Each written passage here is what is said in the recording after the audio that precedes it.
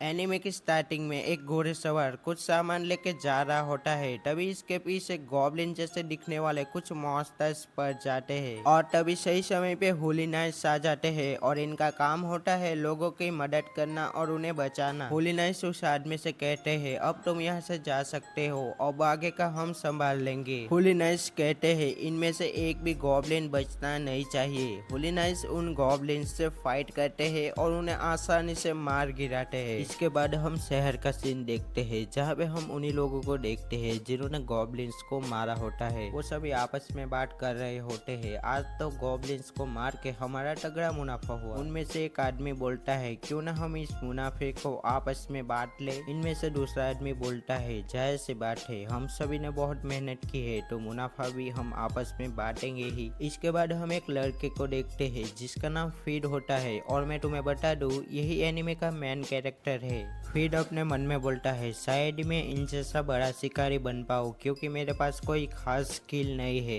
यह तो अच्छा है कि मेरे पास नौकरी भी है। इसके बाद हम तीन होली नाइट्स को देखते हैं। होली नाइट्स के पैरों के पास एक आदमी का संतरा गिर जाता है। वो आदमी होली नाइट्स से माफी मांगता है और अपना संतरा उठाने के लिए नीचे झुकता है। तभी उन तीन होली नाइट्स में से उनका लीडर रफार कहता है तुमने मेरे सुर सुनने की हिम्मत कैसे की, और उस आदमी को बिना वजह लात मार के दूर फेंक देता है। होली नाइट्स टीम की लड़की जिसका नाम एमएल होता है वो कहती है होली नाइट्स को नाराज करने की सजा तुम्हें नहीं पता है क्या, तुम्हारा सर इधर से अलग कर दिया जाएगा। यह आदमी बहुत डर जाता है और फिर से होली नाइट्स से माफी मांगता है। असल में ये तीनों होली नाइट्स बहुत बुरे होते हैं। ये लोगों की मदद तो करते हैं लेकिन उन्हें परेशान भी करते हैं। इसके बाद ये तीनों फीड के पास आ जाते हैं। रफार फिर से पूछता है तुमने हमारे गैर मौजूदगी में महल की अच्छे से देख रेख तो की है ना। इसके जवाब में फीड कहता है हाँ सरकार। इसके बाद रफार कहता है तो फिर लो ये तुम्हारी आज की कमाई, नीचे से उठा लो, और कुछ सिक्कों को नीचे फेंक देता है। फिर जैसे ही उन सिक्कों को उठाने जाता है वैसे ही उनमें से एक हालू नाम का बंदा होता है। वो फीड का अपने पैरों से हाथ कुचल देता है और गंदा बेइज्जत करता है। फीड के पेट से कुछ आवाज आने लगती है। असल में ये भूख की आवाज होती है। रफार कहता है हम तुम्हें अच्छे से खिलाते पिलाते नहीं है क्या।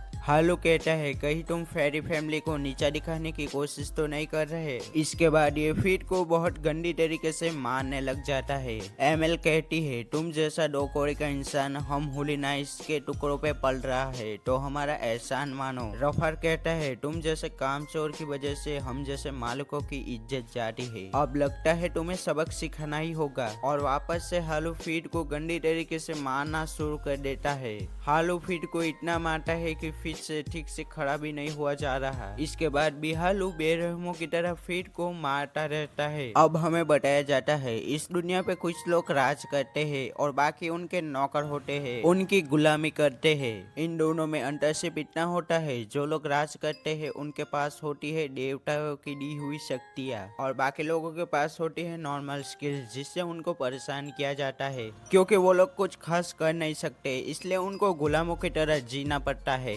तभी यहाँ पे सही समय पे एक लड़की आ जाती है जिसका नाम लेडी रॉक्सी होता है और ये भी एक होली नाइट होती है।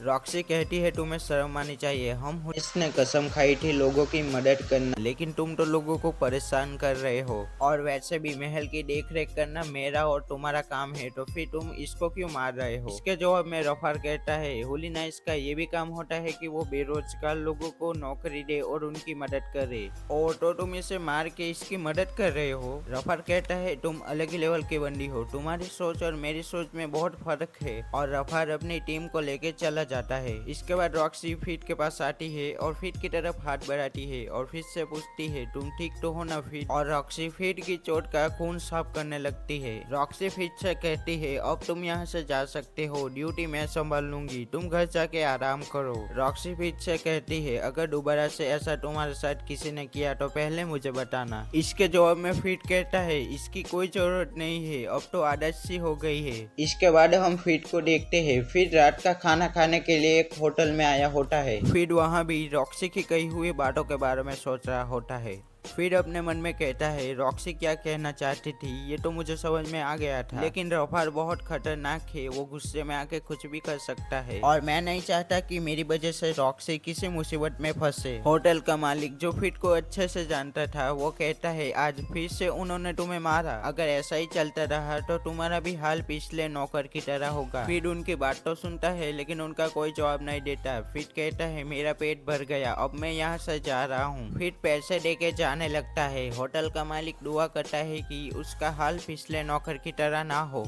इसके बाद फिर अपने घर जाते जाते अपने आप से बोल रहा होता है ये मेरी बुक कभी खत्म क्यों नहीं होती, काश इसकी जगह कोई अच्छी सी स्किल होती मेरे पास। फिर सोचता है वो भले ही होली नाइट ना हो लेकिन वो एक योद्धा, व्यापारी या एक कारीगर तो हो ही सकता है, लेकिन किस्मत का खेल तो देखो ये इनमें से कोई भी नहीं है। इसके बाद फिर जाते जाते कुछ चोरों को देख लेता है जो महल में घुसने की कोशिश कर रहे थे। फिर रॉक्सी के पास जाकर रॉक्सी को सब कुछ बता देता है। रॉक्सी फिर से कहती है तुमने ठीक से तो देखा ना, वो चोर ही थे ना। फिर कहता है हाँ बिल्कुल, मैंने अपनी आंखों से देखा है, वो चोर ही थे। रॉक्सी कहती है तब तो उन चोरों को पकड़ना ही होगा, तुम थोड़ी देर महल की मेरी जगह ड्यूटी करो, तब तक मैं उन चोरों को पकड़ के आती हूँ। रॉक्सी चोरों को पकड़ने के लिए महल के अंदर चली जाती है। थोड़ी देर के बाद रॉक्सी उन चोरों को पकड़ भी लेती है। इधर बाहर फिट के पास भी एक भागते हुए चोर आ जाता है। फिर देखता है वो चोर पहले से ही घायल है, लेकिन फिट की फिर भी गंदी वाली फंस जाती है। वो चोर फिट के ऊपर अटैक करने ही वाला होता है तभी फिर अपना भाला उस चोर के पेट में घुसे देता है। वो चोर वहीं पे निपट जाता है। इसके बाद फिट की आइडेंटिफाई स्किल अनलॉक हो जाती है। फिट को कुछ भी समझ में नहीं आ रहा था कि ये हो क्या रहा है। तभी रॉक्सी भी बाहर आ जाती है और वो फिट से पूछती है तुम ठीक हो ना, तुम्हें ज्यादा चोट तो नहीं लगी।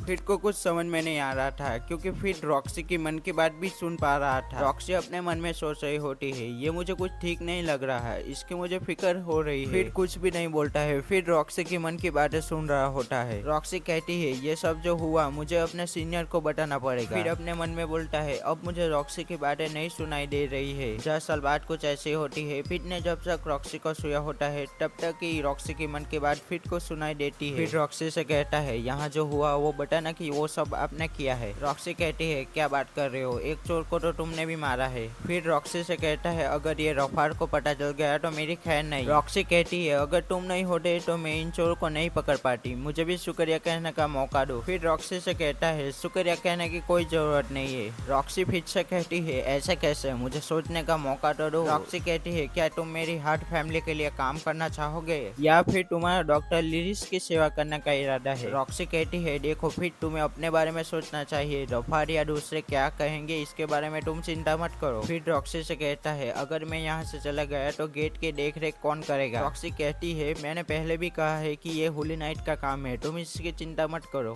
फिर थोड़ी देर सोचता है और फिर मान जाता है हार्ट फैमिली के लिए काम करने के लिए। लेकिन फिट को समझ में नहीं आ रहा होता है कि फिट के स्टैट इतने ज्यादा कैसे बढ़ गए और फिट के पास एक न्यू स्किल भी आ चुकी होती है जिससे फिट दूसरों को छू के उनकी मन की बात सुन सकता है और फिर चीजों को आइडेंटिफाई भी कर सकता है। फिर कहता है अगर ऐसा ही चलता रहा तो 10-20 गॉब्लिन्स को मैं अकेले निपटा सकता हूँ। अब अगले दिन फिर हथियार की शॉप पे अपने लिए तलवार लेने के लिए आया होता है। शॉप ओनर फिर से कहता है सर आप अपने लिए तलवार लेने के लिए आए हैं, बताओ आपका बजट क्या है। फिर 2 चांदी के सिक्के निकाल के दिखाता है। शॉप ओनर कहता है बेकार में मैंने इसे इतनी इज्जत दे दी, ये तो गरीब निकला, इतने पैसों में नई तलवार तो क्या नया चाकू भी नहीं आएगा। फिर अपने मन में बोलता है शहर में आए हुए मुझे 5 साल हो गए हैं और मैंने इतनी ज्यादा मेहनत की है फिर भी 2 ही चांदी के सिक्के बचा पाया। शॉप ओनर फिर से कहता है इतने पैसों में तो तुम्हें उस कबाड़ में से ही कुछ मिल सकता है। फिर कबाड़ में से अपने लिए अच्छे से तलवार ढूंढने लग जाता है। फिर बारी बारी सभी तलवारों को आइडेंटिफाई करता है लेकिन फिर को कोई भी अच्छी तलवार नहीं मिलती है। फिर को उसी कबाड़ में एक पुरानी सी अजीब सी तलवार दिख जाती है। फिर उस तलवार को अपने हाथ में लेकर सोचता है ये तलवार कितनी अजीब सी है और इसे किसी कचरे की तरह रखा है। फिर अपने मन में सोचता है मुझे भी तो इस तलवार की तरह ही ट्रीट किया जाता है। तभी उस तलवार में से आवाज आती है। फिर डर जाता है और बोलता है ये आवाज कहाँ से आई। लेकिन फिर को पता चल जाता है कि ये आवाज तलवार के अंदर से आई है और फिर उस तलवार को खरीद लेता है। वो तलवार बोलती है मुझे अपने साथ ले चलो, मैं तुम्हारी किस्मत बदल दूंगा। फिर कहता है तुम्हें इस बारे में कैसे पता। वो तलवार बताती है कि फिर और वो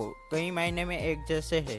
अब यहाँ से इस तलवार की मदद से फिड की पूरी जिंदगी बदलने वाली है। फिड होली नाइट से भी बहुत ज्यादा स्ट्रॉन्ग बनने वाला है। और मैं तुम्हें बता दूं पार्ट 2 बहुत ज्यादा मस्त होने वाला है। अगर इस वीडियो पे 1K व्यूज आ गए तो इसका पार्ट 2 और भी ज्यादा लंबा बनाऊंगा। इसीलिए सपोर्ट दिखाइए, वीडियो को लाइक कीजिए, चैनल को सब्सक्राइब कीजिए। मिलते हैं किसी और वीडियो में, तब तक के लिए बाय बाय।